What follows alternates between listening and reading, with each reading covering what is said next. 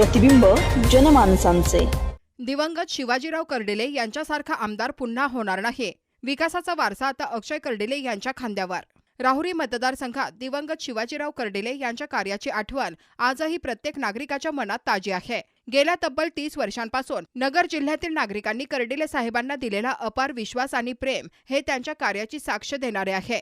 कर्डिले साहेबांसारखा आमदार ना झाला ना होणार अशी भावना डोंगरवाडी व पंचक्रोशीतील नागरिकांनी व्यक्त करत अक्षय कर्डिले यांच्या पाठीशी ठाम उभे राहण्याचा निर्धार जाहीर केला आहे। कर्डिले साहेबांनी आपल्या कार्यकाळात केलेला विकास, आणलेला निधी आणि सर्वसामान्यांशी जोडलेली नाळ यामुळे त्यांनी जनतेच्या मनात अढळ स्थान निर्माण केले। त्यामुळेच त्यांच्या पश्चात हा विकासाचा वारसा पुढे नेण्याची जबाबदारी आता त्यांचे पुत्र अक्षय कर्डिले यांच्यावर येऊन पडली आहे। नागरिकांचा विश्वास आहे की हा वारसा फक्त अक्षय कर्डिलेच सक्षमपणे पुढे नेऊ शकतात। येत्या 24 तारखेला होणाऱ्या मतदानात विरोधकांना एकही मत पडणार नाही असा ठाम विश्वास डोंगरवाडी व परिसरातील नागरिकांनी व्यक्त करत अक्षय कर्डिले यांना विक्रमी मताधिक्याने विजयी करण्याचा निर्धार केला आहे। भाजपचे अधिकृत उमेदवार अक्षय कर्डिले यांनी नागरिकांशी संवाद साधत त्यांच्या पाठिंब्याबद्दल आभार मानले। जसे तुम्ही कर्डिले साहेबांवर प्रेम केले तसेच किंबहुना त्याहून अधिक प्रेम माझ्यावर करतात अशी भावना त्यांनी व्यक्त केली। येत्या काळात गावातील सर्व प्रलंबित प्रश्न 2029 पर्यंत मार्गी लावण्याची ग्वाहीही त्यांनी दिली। त्या मतदारसंघाच्या नशिबाला यायला पाहिजे नव्हतं।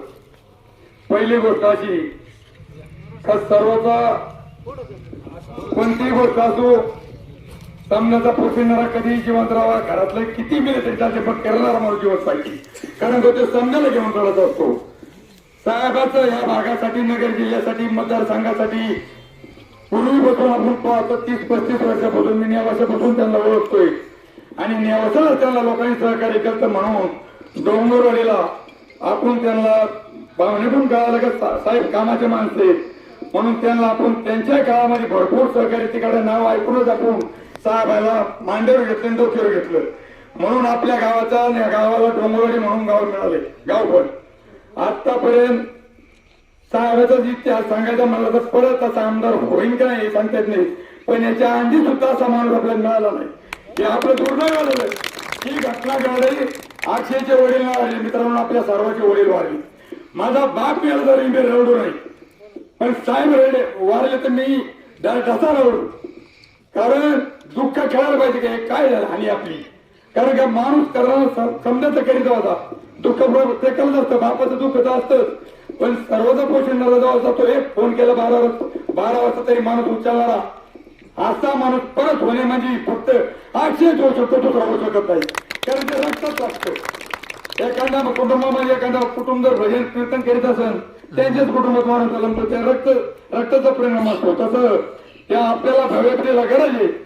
आणि आपण आतापर्यंत आमच्या डोंगरवाडीने झालं की तेवढी काही वाड्यापड्यात साहेबाकडे पाहुणे कधीच तुझ्या पानं केलं नाही।